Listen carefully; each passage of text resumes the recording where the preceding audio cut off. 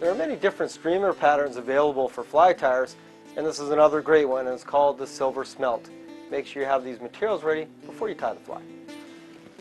We use a size 10 streamer hook as the hook, some 6/0 red thread to tie with, some red pheasant rump for the tail, some silver tinsel for the body, some red pheasant rump for the throat, some natural mallard for the beard, natural mallard for the wing, and some red thread with red lacquer as the head.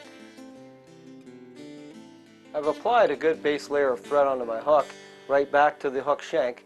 Now I'm going to take a few strands, probably about 10 strands of my red pheasant rump, and we'll tie it in and keep it short, tie it in about 1/4 inch to form a small tail on the fly.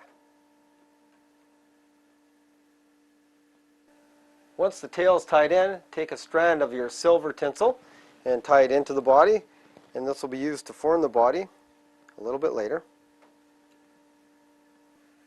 I now have the tinsel tied in for the body, and the nice thing about this silver tinsel is one side is silver and one side is gold.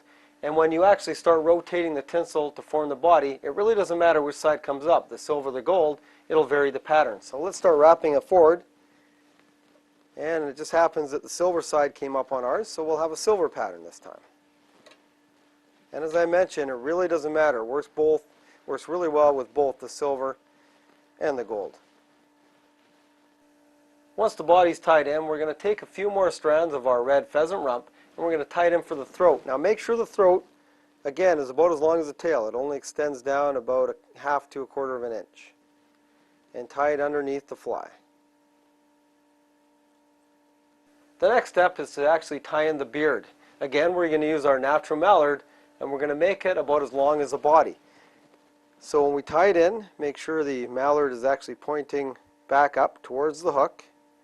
Tie it in underneath and make it about as long as the body.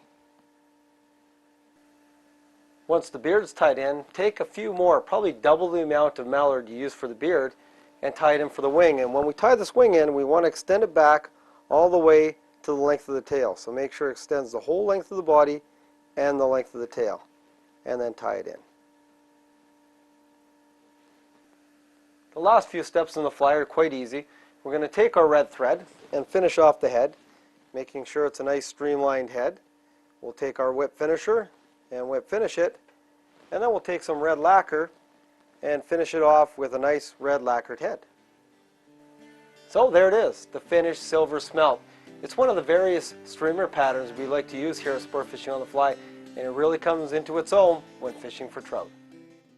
To watch all our latest Sport Fishing on the Fly episodes and to order Sport Fishing on the Fly merchandise, head to www.sfotf.ca. And if you would like to book an adventure like this one shown, head to ontheflyadventures.ca and book yourself the trip of a lifetime.